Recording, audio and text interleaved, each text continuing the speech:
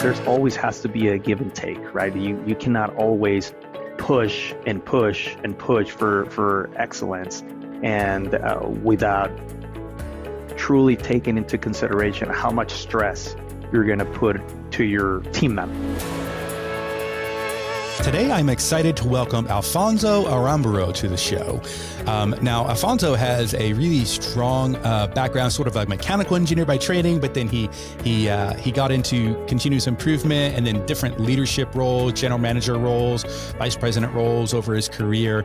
And he's been involved in quite a few sort of like just turnarounds of organizations who maybe were struggling financially or whatever it might be. And he's been able to, leverage things like lean and just really pouring into people from a leadership perspective to turn things around. And so today on the podcast, we sort of just talk through some of these stories and some of the turnarounds that he's been involved in and what he did, what he learned, what he wishes he could have done differently had he had the chance to do it again, and just a lot of good wisdom. There was a good balance between sort of like talking about like financial figures like EBITDA and but also sort of balancing it with like, hey, you got to win the hour, and if you win every hour of the day, then you're going to win the day, and then if you win enough days, you're going to win the week, and so forth. And so, it's a lot of good wisdom. I think everybody's going to benefit from this, even if you're not in manufacturing. The principles that Alfonso are talking about definitely apply.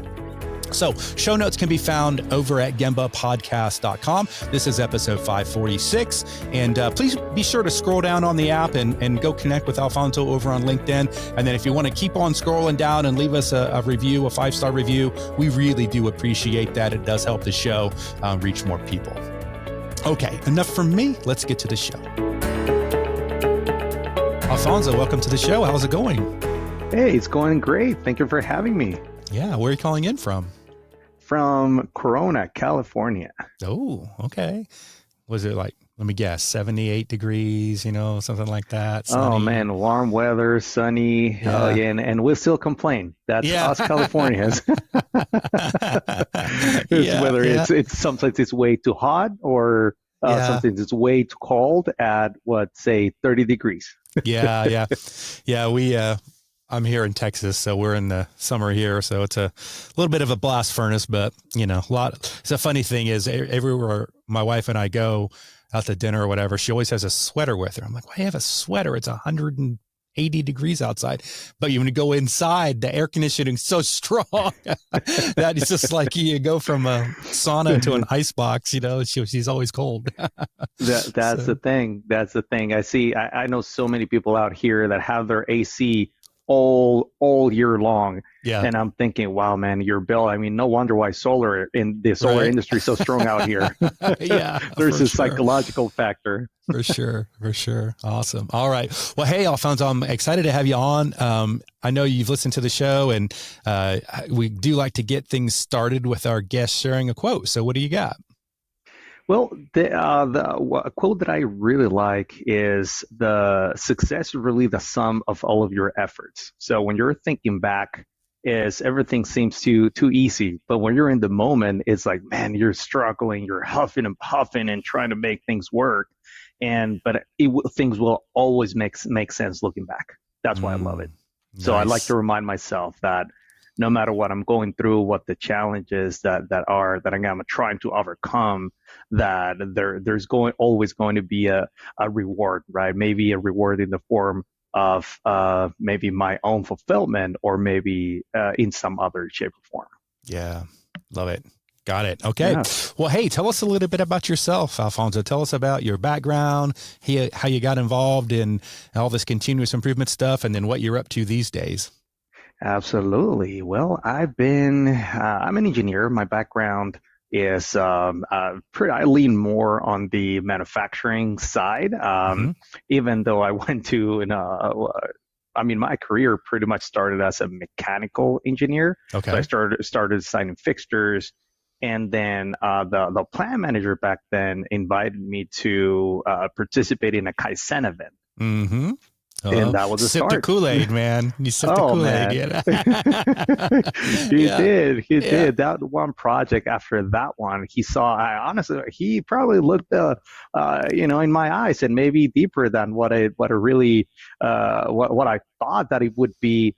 Um, I really didn't know at that moment what all these CI world lean manufacturing was only from the books, right? And when you read something, everything looks so easy, right? When you Hmm. read about 7 ways or the 8 ways or Right. six Yeah. S or 5S or Yeah. whatever, however many S's, Yeah. Yeah. it's everything is again textbook won't always tell you all the nitty gritty, all the human aspect, Yeah. and that's what I fell in love with is Mm. all the human side, all the soft Yeah. skills that you have to have in order to again generate an impact, right? To truly impact the area, impact the company, and that's what I love. What I loved about it, right? That it will fill my ego, Yeah, yeah, yeah, yeah. Well, you right? get to see already just your energy, and you probably like people and enjoy that, right? Yeah, And sitting yeah, at I do. AutoCAD all day designing a fixture, maybe not, where Yeah, you can get your full fulfillment, right? You go out there and yes. yeah, yeah. So, Yeah, exactly. I think it's more about uh, going, really being in line or being aligned with who you are, right? mm, And so to me, it was a matter of someone spotting or seeing that in me and realizing, no, no, I don't think you're gonna enjoy designing as much as you will yeah. here, and kind of like steered me into Hmm. that direction. I Yeah. am interested. I tell you, I look back on my career and I've lost count of how many folks studied mechanical engineering and became more on the manufacturing side, that sort of thing. Like when you were going through school and studying and learning about mechanical engineering, were you like digging it and loving it, or were you just doing it? Honestly, going back to the ego side, I think I only went to uh, I was designing and programming, and I remember I would enjoy the challenge, and that's what I Mm-hmm. loved about it, about my Mm-hmm. career, is that I would enjoy not knowing, not having the answer first, and then somehow figuring it out, right? But Yeah. then eventually, it's honestly, I didn't enjoy it, Mm. especially sitting at my desk for like Yeah. 8, 9, 10 hours. Yeah. It's just not talking to anyone. It wasn't Yeah. enjoyable to me at all. Yeah, yeah, I got you, man. I got you. All right. So I understand that you're involved in like helping organizations sort of turn around a little bit. Is that true? Yes, yes, that's been my really my bread and butter. I discovered this a while ago. I honestly thought that anyone could do it, right? Because I started with flipping the apartment. Or turning it around, right? So basically, I was tasked to improve the efficiency. And what I found is that it was not a matter of coming up with a fancy methodology rather than working with the people and changing the culture. Mm, Sure, I did use some lean methodologies, but at the end of the day was the culture. So I do that. That's what I started specializing on is how do I get into an area, department, or a company and switch, right? And so flip the switch on the mindset, flip the switch on the methodology, on the structure. What are the systems and processes that we need to have the expected results, or sometimes, oftentimes, surpass them, right? hmm Mm-hmm. So, and I sorry if I cut you off. And what are you doing these days? Like, are you working at a consulting company for a Well, right now I joined a company. We're a power distribution company. So basically, what we do is we build enclosures okay?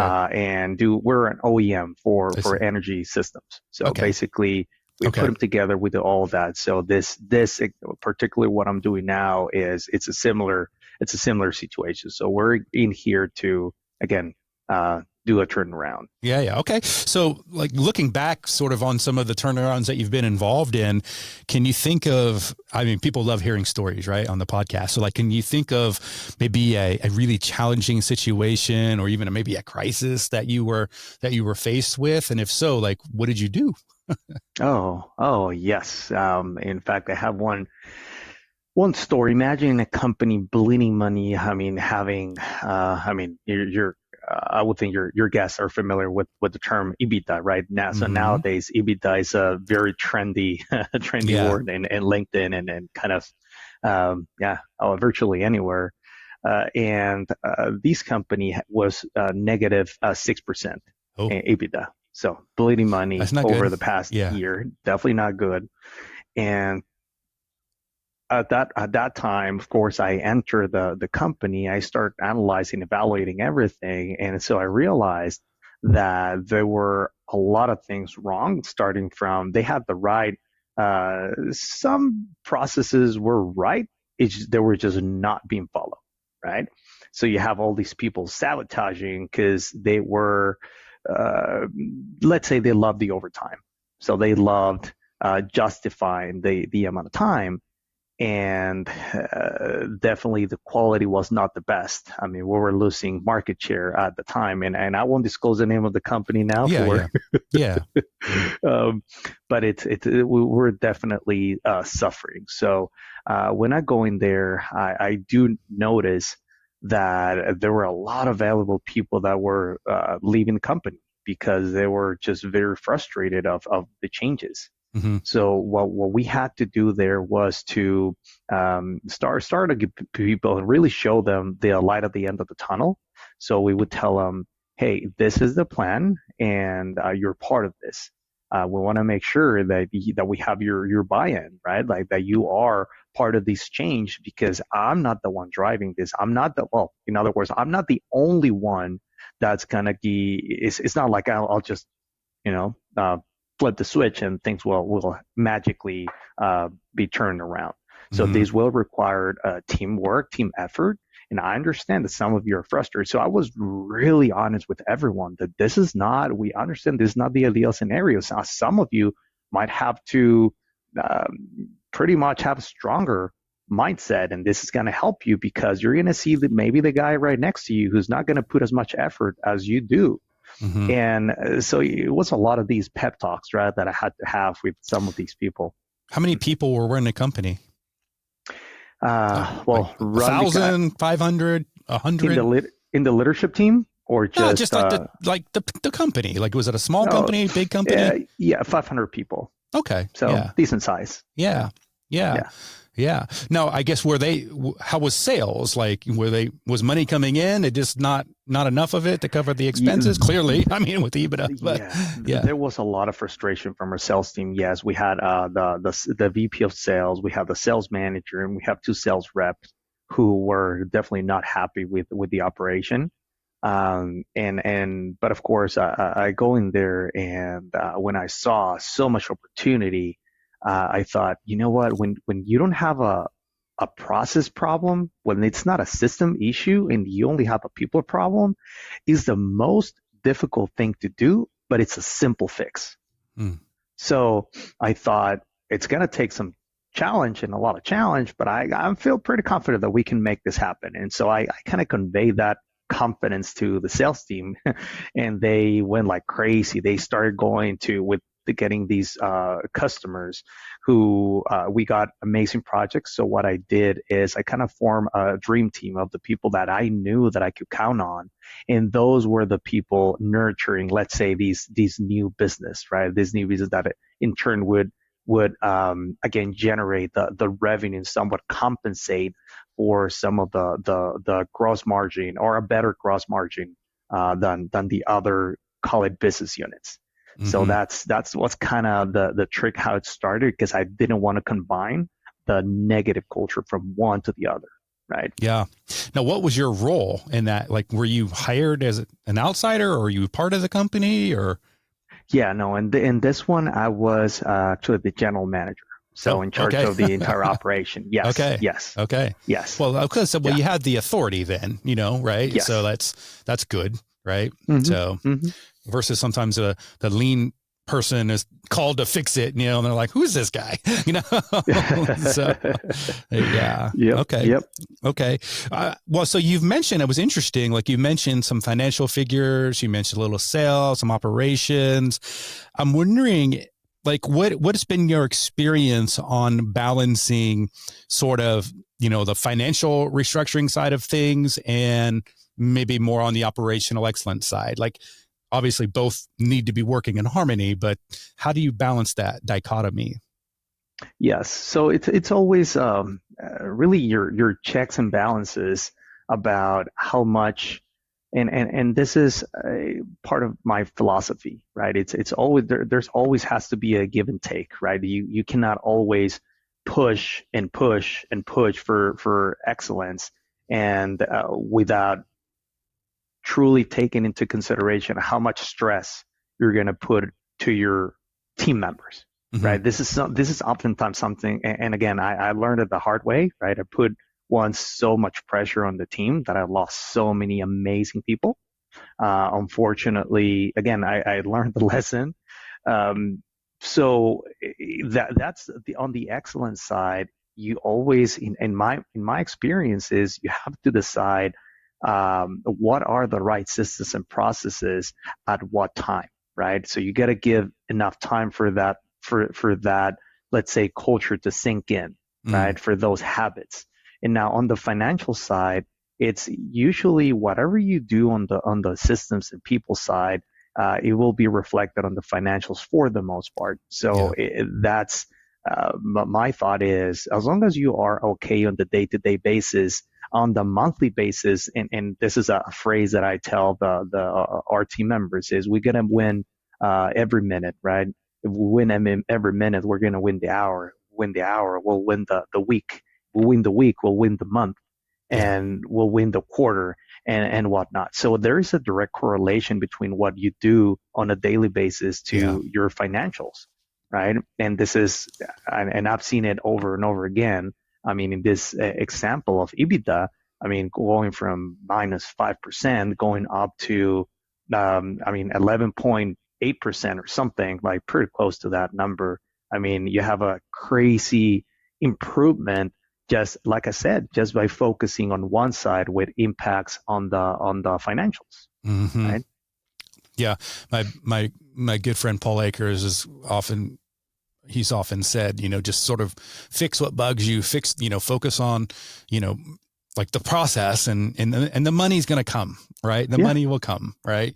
yeah, But if I think the lesson there is if you let the money sort of drive you and, well, we got to lay those people off so we can just whack that cost out, yeah, it's a tailspin, right? Eventually you're yeah. going to And crash. unfortunately, it's been. I mean, old practices have been cut costs down, and that people automatically think lay people off, Mm-hmm. right? And that to me is.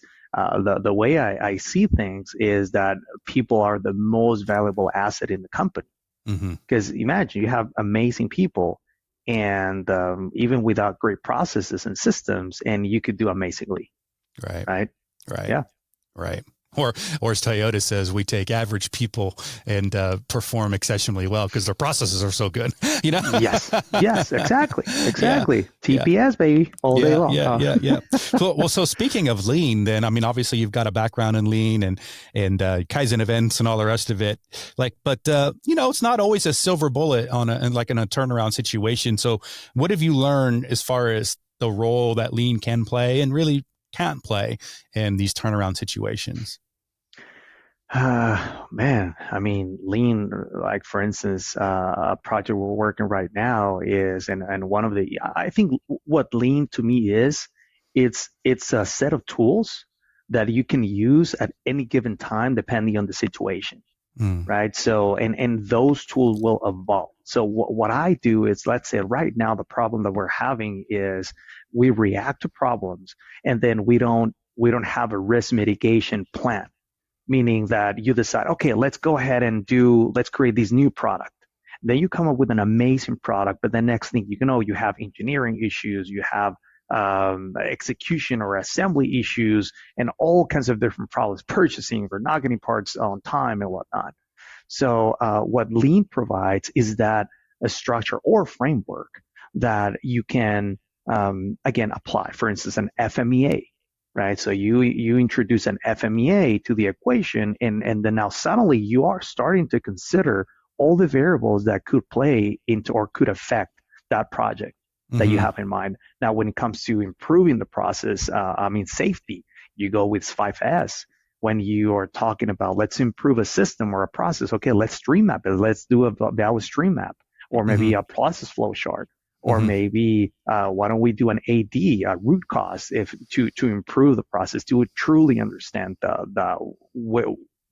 how much or how big of a problem it is Yeah. sometimes, right? And not only going through and taking the symptom as the cause, right? Yeah. Yeah. No, for sure. So, I mean, obviously, as a general manager, then, and I'm sure other leadership roles that you've been in throughout your career. So, yeah, lean and all these things are tactics we can do. And, it's a management system as well. Not to diminish lean, because it is a management system. But when we think about leadership, maybe there's, I don't know, maybe there's qualities of leaders that you've seen, like, or characteristics maybe of individuals during these really bad times or really difficult times. What have you seen and learned that allows people to be more successful than others? It's interesting because as I was, I'd say, developing and really starting my career, I felt really insecure about my leadership style Hmm. because I was not fitting in the box, right? So however, I had one boss, and in fact was the one who introduced me to continuous improvement and lean Hmm. manufacturing. He literally gave me a book, put it on my desk, and he said, "Next Kaizen event, you're gonna lead it." Hmm. And I love his style. He was always pushing you to be Hmm. better. He Hmm. was like, kind of figure it out, but I'll be here for you. Yeah. So the traits that I saw in that leader, I mean, fortunately, he was the first leader that I worked with, and so far, I think one of the best ones. Right? Hmm. That till today, I still give him a call, and I appreciate what he's done for me. Right? It's not only showing you a path. I think the value of a leader is not only acknowledging, but also seeing what you're not seeing at the moment, right? Hmm. Working alongside with you and truly adapt to whatever leadership style that you have to have depending on who you're talking to and what situations you are in.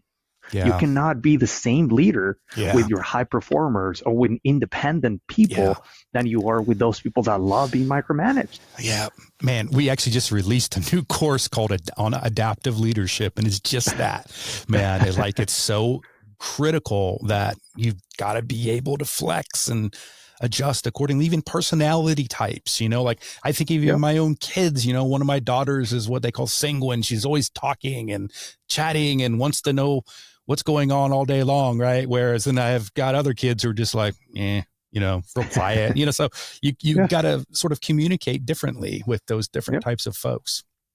Yep, exactly, exactly. And it's interesting that at some point you're thinking to yourself, okay, what is this? I mean, think about this. 10 years ago, 5 years ago even, it wasn't that trendy. I mean, Mm, now there are more books about servant leadership. I mean, there's mm, like authors like Simon Sinek, Why Leaders Eat Last, and mm, Your Why and whatnot, right? So yeah, there is more. I mean, before, sure, you had John C. Maxwell with all yeah, these leaderships and teamwork and whatnot, but truly the definition of the right leader, I think you had to figure it out by yourself. It's based mm, on your experiences, and lately at this point we're more advanced and there's more literature about all those more books, more audiobooks, and I yeah, think yeah, that yeah, gives people more confidence, right, about yeah, that, meaning me.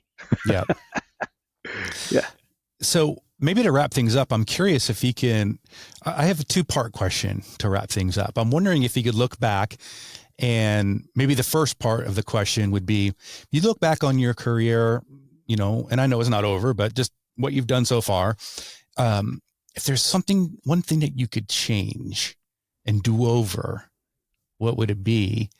And then the second part would be like, just what are you most proud of?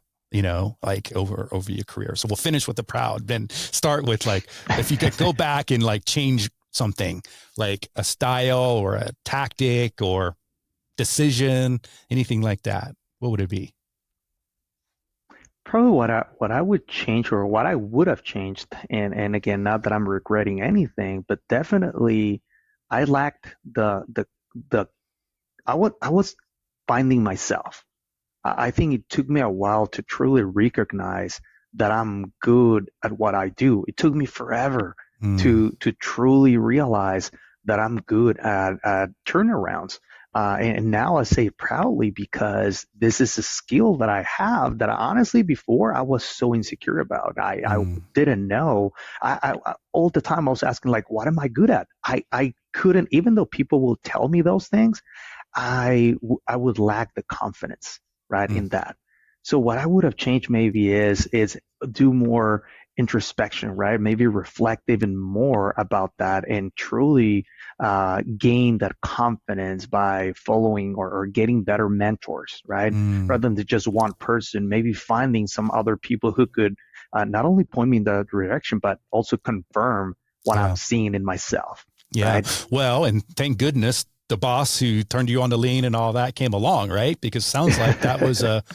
really important part of your career, right? And your Yes. journey, which sort of leads us all back to you never underestimate the impact that you can have on an individual's life, right? Like Yes. a conversation or, a little support or whatever, you can change the trajectory of that person's life, like really. So Yep. Yep. As he did to mine. yeah. Hmm. Wonderful. Well, hey, Alfonso, if folks wanted to connect with you over LinkedIn or whatever, like what is the best way? Is it LinkedIn or some other? Yes, yeah. People can, feel free to message me. My name, Alfonso, Alfonso, and then my last name, Aramburo, Alfonso Aramburo, or Aramburo.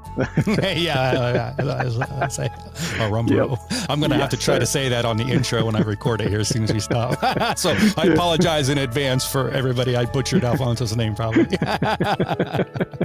Yeah. Yeah, I think LinkedIn is the best way to contact me, and of Okay. course, I'll be happy to answer any questions about, in any way that I could be of service, right? For sure. Or to help anyone. Perfect. All right. Well, everybody, we're going to have Alfonso linked up in the show notes. So just kind of scroll down on your app, hit it, and go connect with them and tell them thanks for coming on the podcast. All right. Well, hey, this has been a lot of fun. Alfonso, you take care and keep up the great work. Hey, no, likewise. Appreciate it, Ron. And you have a great day. All right. You too. Thanks for listening. Whether you've been on the continuous improvement journey for many years, or perhaps you're just getting started, Gemba Academy is here to support you. And while we're best known for our more than 1,500 Lean and Six Sigma teaching and virtual tour videos, we also have a team of experienced Lean and Six Sigma practitioners available for one-on-one coaching, as well as a variety of Lean and Six Sigma certification options. To learn more and to schedule a demo, head on over to gembaacademy.com.